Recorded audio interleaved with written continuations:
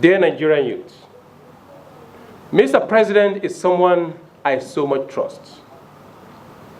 I trust him and I believe him and his words. Please join me in continued support and trusting him and his words. We are confident that he will push through the reforms. I and many people of goodwill who have stood with this cause are those understandably pained by the needless and violent escalation we witnessed in several places yesterday. We are now concerned that what has been a general peaceful citizens' protest is now threatening to dissolve into mindless attacks on government facilities and running battles with the police.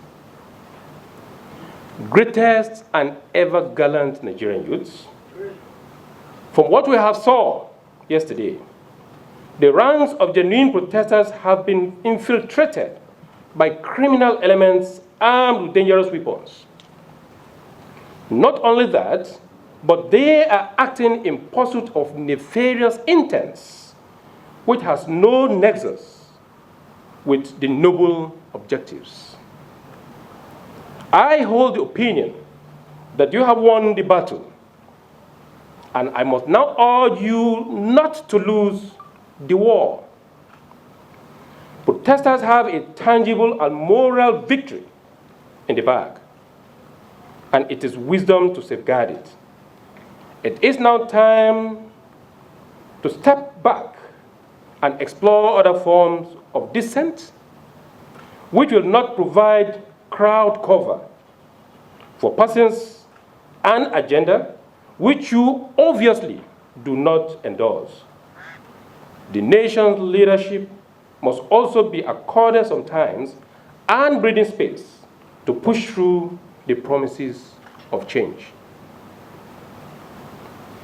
I also urge the highest level of professionalism and patience in our officers at this period. In the absence of clear and present threats to lives, there is almost no circumstance under which it is right to engage protesting citizens with extreme prejudice. It is neither morally justifiable nor acceptable functions of the policing duty. To all and sundry, I urge that the event of yesterday must not be allowed to continue. It is time to let good sense and dialogue prevail all around. Please be assured of my continued support, as well as my willingness to remain an ombudsman towards a peaceful and law-abiding resolution to matters arising in this regard.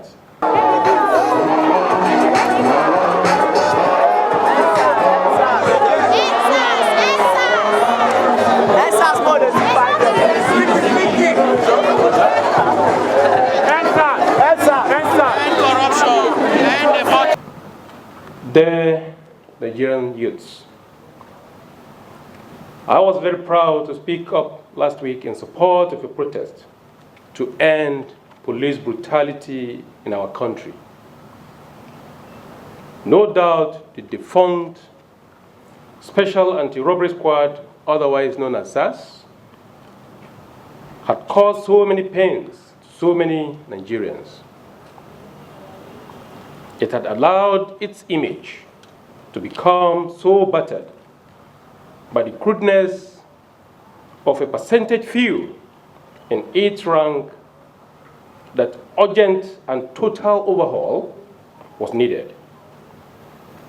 Your agitation was therefore justifiable, and I did not hesitate to identify with you.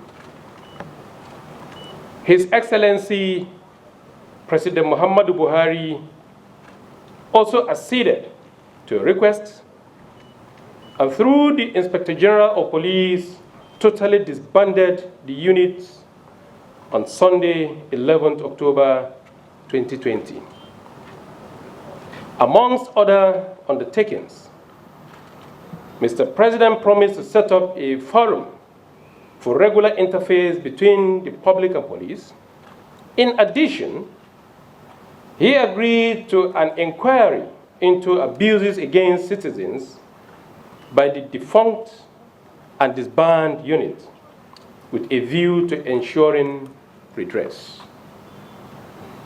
Mr. President further made it clear in a personal broadcast yesterday, Monday the 12th, that the demolition of SARS was only the first step in a broader spectrum of reforms designed to address wide-ranging questions of discipline and performance by the police and other law enforcement agencies.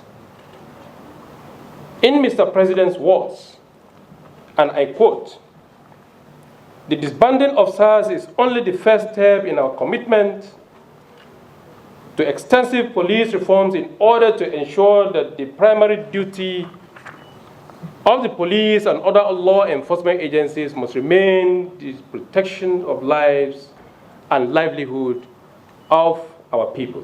We need action. We are tired of promises.